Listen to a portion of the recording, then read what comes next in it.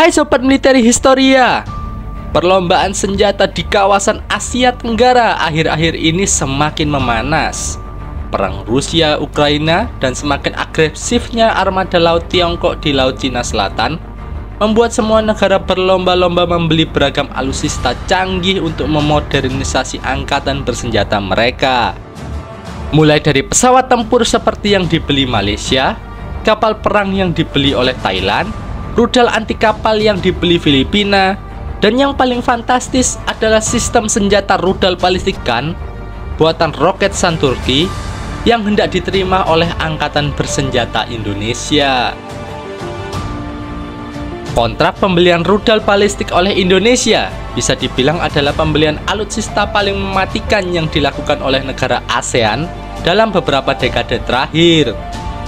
Namun, Indonesia bukan negara Asia Tenggara pertama yang membeli dan akan mengoperasikan sistem persenjataan rudal balistik jarak jauh.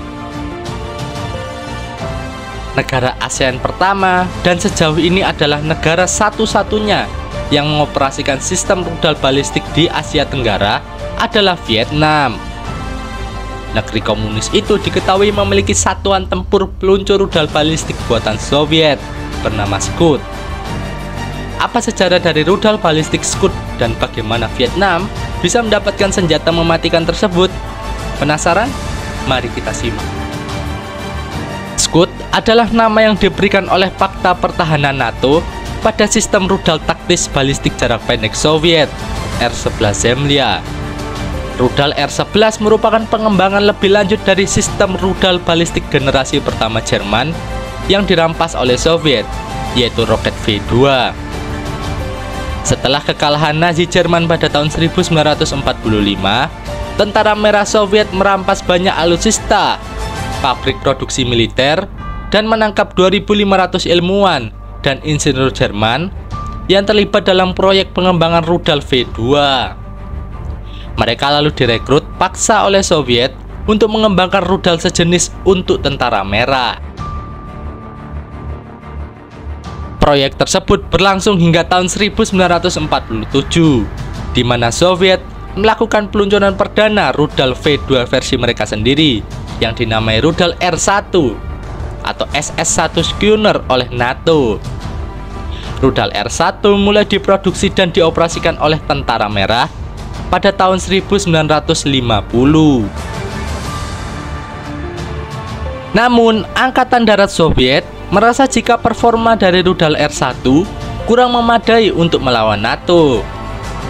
Pada tahun 1951, Viktor Petrovich Makeyev mengembangkan prototipe rudal balistik terbaru untuk Angkatan Darat Soviet yang kemudian diberi nama rudal R-11. Viktor Makeyev menggunakan desain roket anti udara Wasserfall milik Jerman dan mesin berbahan bakar RG-1 yang dibuat rekan insinyur roket Soviet lain, Alexei Izayev. Rudal R-11 yang dibuat Makeyev lebih ramping dan 50% lebih kecil dari rudal R1. Sistem rudal R-11 dapat dipasang pada platform tank berat Soviet, IS-2, sehingga pagelarannya bersifat mobile, tidak seperti rudal R1 yang hanya bisa diluncurkan dari sebuah situs peluncuran permanen. Rudal R-11 pertama kali diuji pada tahun 1953 dan masuk layanan Angkatan Darat Soviet pada tahun 1955. NATO memberi nama rudal R-11 sebagai Scud A. Namun, hanya 100 unit Scud A yang diproduksi, termasuk varian R-11M yang membawa hulu ledak nuklir dan R-11FM yang dipersenjatai pada kapal selam nuklir Soviet.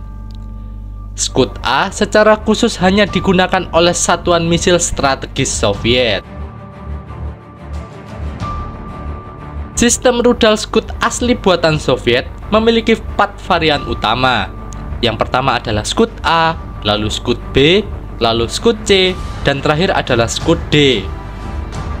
Varian yang paling banyak diproduksi dan diekspor secara luas ke negara-negara sekutu Soviet adalah varian SS-1C Scud B atau R-17 Elbrus dengan total 7.000 unit yang diproduksi oleh Soviet sendiri.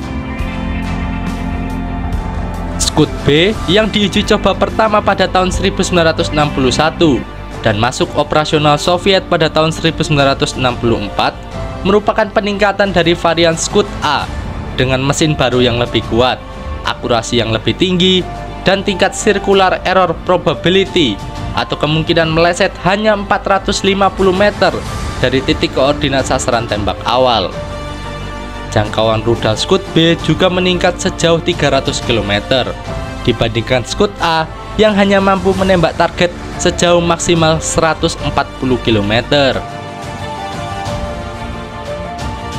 Scud B diproduksi oleh 4 negara di luar Uni Soviet, yaitu Korea Utara, Iran, Irak, dan kelompok Houthi di Yaman. Total 32 negara di dunia mengoperasikan Scud B, menjadikan Scud B sebagai sistem senjata rudal balistik paling banyak digunakan di dunia.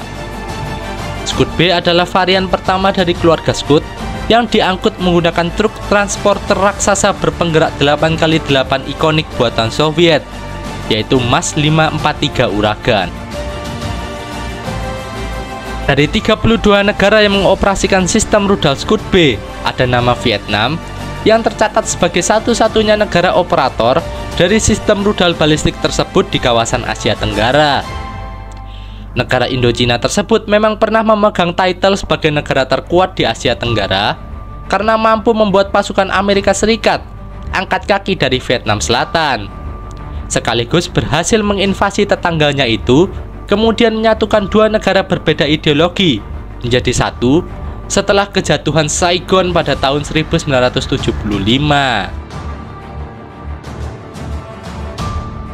Angkatan Darat Rakyat Vietnam atau VPA menerima sistem rudal balistik Scud B mulai dari tahun 1981. Pengiriman pertama meliputi 4 truk peluncur MAZ-543 Uragan beserta kendaraan pendukung dan stok melimpah dari rudal R-17E, varian ekspor dari rudal 9K-72E Elbrus yang tidak diketahui jumlah pastinya. Pembelian rudal balistik Scud oleh Vietnam diyakini sebagai langkah antisipasi untuk melawan ancaman dari mantan sekutu mereka, Tiongkok, yang sebelumnya menginvasi Vietnam pada tahun 1979. Selain Scud B, Vietnam juga kabarnya membeli beberapa unit rudal Scud buatan Korea Utara, yaitu Hwasong 5 dan Hwasong 6.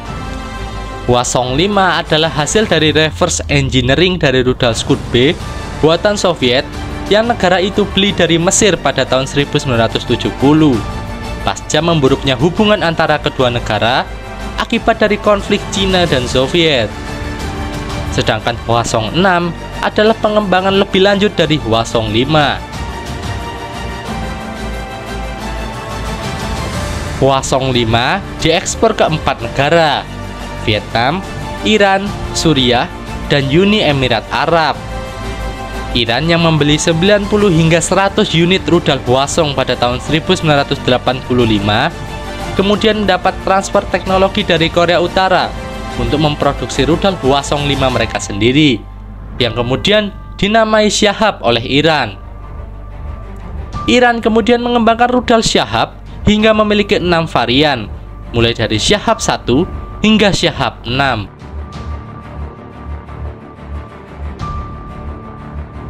Varian paling mematikan dari Scud adalah Hwasong 7 atau Shahab 3.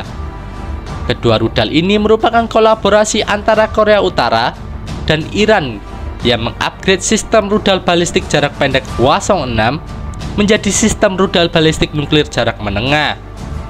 Hwasong 7 buatan Korea Utara dan Shahab 3 buatan Iran memiliki jarak jangkau 1000 hingga 2000 km.